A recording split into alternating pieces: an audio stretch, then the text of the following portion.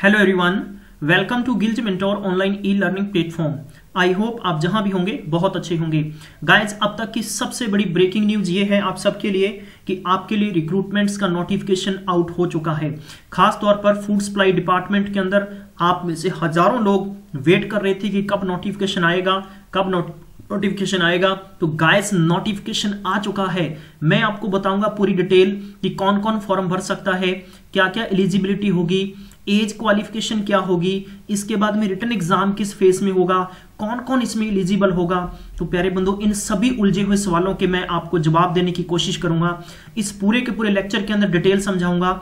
लगभग 4000 से ज्यादा वैकेंसीज फूड सप्लाई डिपार्टमेंट में आ चुकी हैं। जी हाँ, ये वैकेंसीज मैं आपको बताऊंगा बहुत इंपॉर्टेंट आप में से हजारों बच्चों के लिए जो कहीं ना कहीं दिन प्रतिदिन कंपटीशन की एग्जामिनेशंस की तैयारी कर रहे हैं, और खास तौर पर आप में से वो लोग जो सरकारी नौकरी का सपना लेकर हर एक पल ये इंतजार करते हैं कि कहीं मैं ओवरेज ना हो जाऊं, कहीं मैं ओवरेज ना हो जाऊं। तो बिल्कुल घबराइएगा नहीं। अगर आप गिल्ज मेंटोर पर इसी प्रकार से चाहते हैं कि आप तक नोटिफिकेशन सबसे पहले और स्टिक जानकारी के साथ आए, तो इसके लिए चैनल को अभी से सब्सक्राइब कर लीजिएगा। सब्सक्राइब करने के साथ में बेल आइकन को प्रेस करना बिल्कुल भी नहीं भूलना है। तो चलिए मैं लेके चलता हूं ऑफिशियली नोटिफिकेशन पर और वहां जानते हैं पूरी डिटेल। जी हाँ guys, food corporation of India के अंदर वैकेंसीज निकली हैं। तो ये सबसे बड़ी बात ये है कि अगर आप इस वीडियो को देख रहे हैं तो पूरा ध्यान से देखिएगा। जोन वाइज वैकेंसीज हैं। अगर आपने एक भी हल्की सी गलती कर दी तो आप ये मान के चलिए आपका फॉर्म डेफिनेटली रिजेक्ट होने वाला है, क्योंकि ये नोटिफिकेशन अगर मैं आपको दिखा दूं तो आप में से ज्यादातर बच्चों को तो समझ में नहीं आने वाला कि हाँ सर ये क्या है और किस तरह से है। ठीक है, सबसे पहले मैं आपको क्लियर कर दूं कि FCI food corporation of India के अंदर वैकेंसीज निकली हैं। लगभग यहां 4000 यानी 4100 से ज्यादा वैकेंसीज हैं। डेट होगी ऑनलाइन फॉर्म भरने की 23 फरवरी 2019 से लेकर 25 मार्च 2019 के बीच में फॉर्म भर सकते हैं। नंबर 2, एग्जाम्स आपका मार्च, अप्रैल और मई 2019 में होने की पूरी संभावनाएं हैं। राइट, तो ध्यान रखिएगा, ये एग्जाम्स आपके अगर इलेक्शंस के बीच में आते हैं तो फिर इलेक्शन के बाद में भी हो सकते हैं। राइट, इसमें कुछ और इंपॉर्टेंट चीजें होंगी। और यहां तक फीस की बात है, फॉर्म फीस भरने की, वो भी मैं आपको डिटेल बताऊंगा। चलिए, सबसे पहले तो हमें जानना होगा कि junior engineer JE, civil engineering, electrical mechanical engineering and assistant grade second, जिसे हम एजी सेकंड कहेंगे, Hindi, steno grade second, typist Hindi and assistant grade third AG, general accountants and technical and departments के संबंधित वैकेंसीज आउट हुई हैं। One of the largest public sector undertaking insuring the food security of the nation, तो इसमें vacancies out हो चुकी हैं। एक काम करिएगा, मैक्सिमम टाइम तक हर एक स्टूडेंट तक पहुंचाना आपकी जिम्मेदारी है और मैं आपको पूरी डिटेल बताऊंगा। सबसे पहले हम जान लेते हैं कि यहां पर zone west and post west vacancies में टोटल कितनी है। मैं आपको बता दूं कि यहां पर नंबर ऑफ वैकेंसीज 286 आपको अलग अलग दे रखी है, लेकिन मैं कह सकता हूं कि लगभग 2000 वैकेंसीज हैं। 2000 वैकेंसीज इस जोन के अंदर चेक कर लेते हैं। जेई की बात करते हैं, यहां पर सैलरी भी आपको मेंशन कर रखी है 11,100 रुपए, 11,100 से लेकर ये बेसिक पैटर्न की सैलरी आपको दे रखी है 29,900 के बीच में। एज होगी वो 28 साल होनी चाहिए। 5 साल का रिलैक्सेशन SC/ST को, ध्यान रखिएगा 3 साल OBC को और 10 साल का रिलैक्सेशन हैंडीकैप्ड को मिलेगा। ठीक है, इसमें बात करते हैं कि अलग अलग वैकेंसीज आपको दे दी गई हैं। PWD फिजिकल जो वीकर्स होते हैं, डिसेबिलिटीज, उनके लिए वैकेंसीज आपको दे रखी हैं।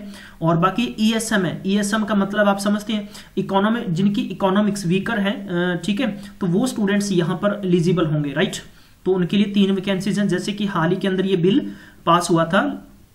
इसके बाद में इलेक्ट्रिकल मैकेनिकल इंजीनियरिंग के लिए बात करते हैं तो इनके लिए टोटल 30 वैकेंसीज आती हैं। ठीक है, इसके बाद में स्टेनो की टोटल 43 वैकेंसीज हैं। ग्रेड सेकंड यानी यहां पर आपको हिंदी के लिए दे रखा है 22 वैकेंसीज हैं। टाइपिस्ट हिंदी के लिए 16 वैकेंसीज हैं। और यहां पर जर्नल की बात करते हैं, ठीक है, यानी मैं कह सकता हूं कि अकाउंटेंट जनरल है, यहां पर इसके लिए टोटल 256 वैकेंसीज हैं। अकाउंटेंट्स, ठीक है, ग्रेड थर्ड के अंदर टोटल 287 वैकेंसी है।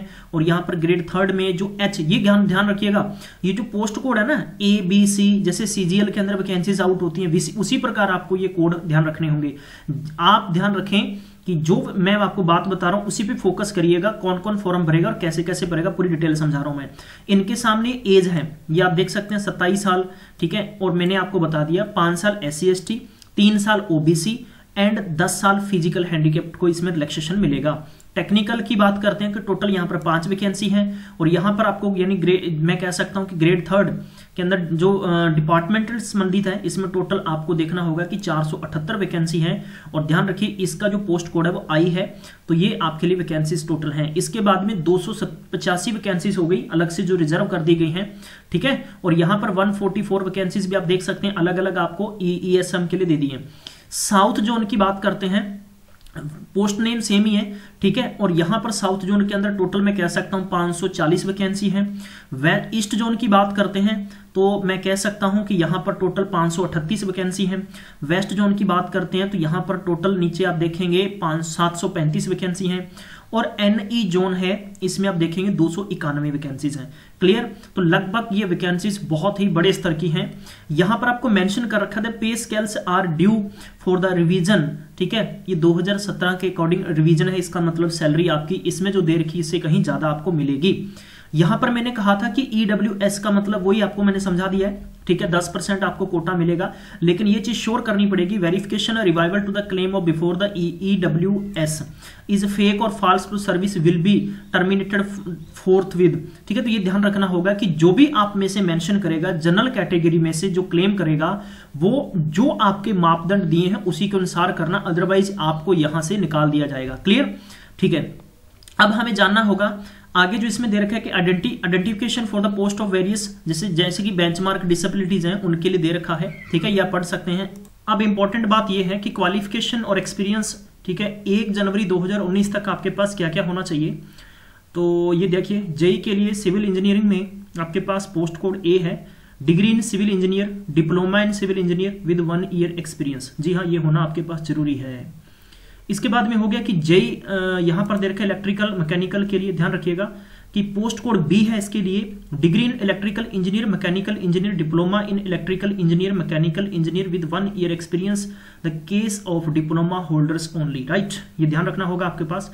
स्टेनो ग्रेड 2 के लिए जिसका पोस्ट कोड है C, ध्यान रखिएगा पोस्ट कोड C, यहां पर graduate along with O level qualification, ठीक है। स्पीड 40 वर्ड पर मिनट आपकी स्पीड और 80 वर्ड पर minute typing, short hand respectively, degree in computer science, मतलब या आपके पास डिग्री होनी चाहिए, right, computer science, computer application with the speed of 40 word पर मिनट एंड 80 वर्ड पर minute in typing, short hand respectively. इसमें दे रखा है कि जो ग्रेड 2 हिंदी के लिए पोस्ट है जिसका पोस्ट कोड है D, यहां पर आपके पास degree in recognised university with Hindi, the main subject आपके पास होना चाहिए, ठीक है। इंग्लिश आपकी बहुत अच्छी होनी चाहिए, क्लियर, यहां पर कहा है 1 साल का एक्सपीरियंस होना चाहिए of translation English to Hindi and vice versa, right. And यहां पर डिजायरेबल है कि post graduate qualification in Hindi, post graduate भी आपके पास होनी चाहिए हिंदी में। और खासतौर पर बात यह है कि आपके पास नॉलेज होना चाहिए कि हिंदी के पैसेज को कैसे आप इंग्लिश में ट्रांसलेट कर सकते हैं और इंग्लिश के पैसेज को कैसे आप हिंदी में ट्रांसलेट कर पाएंगे। टाइपिस्ट जो हिंदी चाहिए ओनली, जिसका पोस्ट होगा E, कोड होगा E, ध्यान रखिएगा। आपके पास ग्रेजुएशन होनी चाहिए, सिंपल किसी भी सब्जेक्ट में हो, ठीक है, चलेगी। 30 वर्ड पर मिनट स्पीड होनी चाहिए हिंदी के अंदर, राइट, ध्यान रखना होगा। और यहाँ पर preference will be given to the candidate knowing bilingual typing, यानी ध्यान रखिएगा बायलैंग्वेज टाइपिंग का मतलब आपको हिंदी और अंग्रेजी की टाइपिंग डेफिनेटली आनी चाहिए। ऐसे स्टूडेंट्स को यहाँ पर प्रेफरेंस ज्यादा दी जाएगी। ग्रेड 3 जनरल का पोस्ट कोड है F, यहां पर ग्रेजुएट होनी चाहिए, किसी भी सब्जेक्ट में होनी चाहिए, BA, BCA, BTech, ठीक है, या मैं कह सकता हूं कि BBA, BCom, व्हाटएवर आपने कर रखा है वो चलेगा, लेकिन यहां पर ध्यान रखना कि यहां पर proficiency in the use of computer का नॉलेज आपको होना जरूरी है। यहां पर ग्रेड 3 जो अकाउंट्स है जिसका पोस्ट कोड होगा G, ठीक है, यहां पर बैचलर डिग्री कॉमर्स के अंदर होनी चाहिए यूनिवर्सिटी से और आपको कंप्यूटर का नॉलेज होना जरूरी है।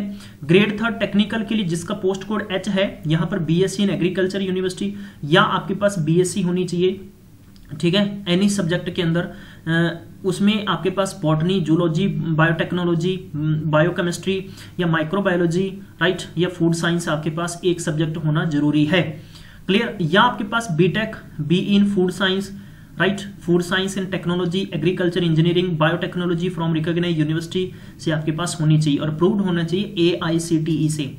कंप्यूटर का नॉलेज होना बहुत जरूरी है इन सभी वैकेंसीज में। और इसमें आता है कि ग्रेड 3 जो डिपोर्ट की वैकेंसीज हैं, इसमें मैं कह सकता हूं कि आई इसका पोस्ट कोड होगा।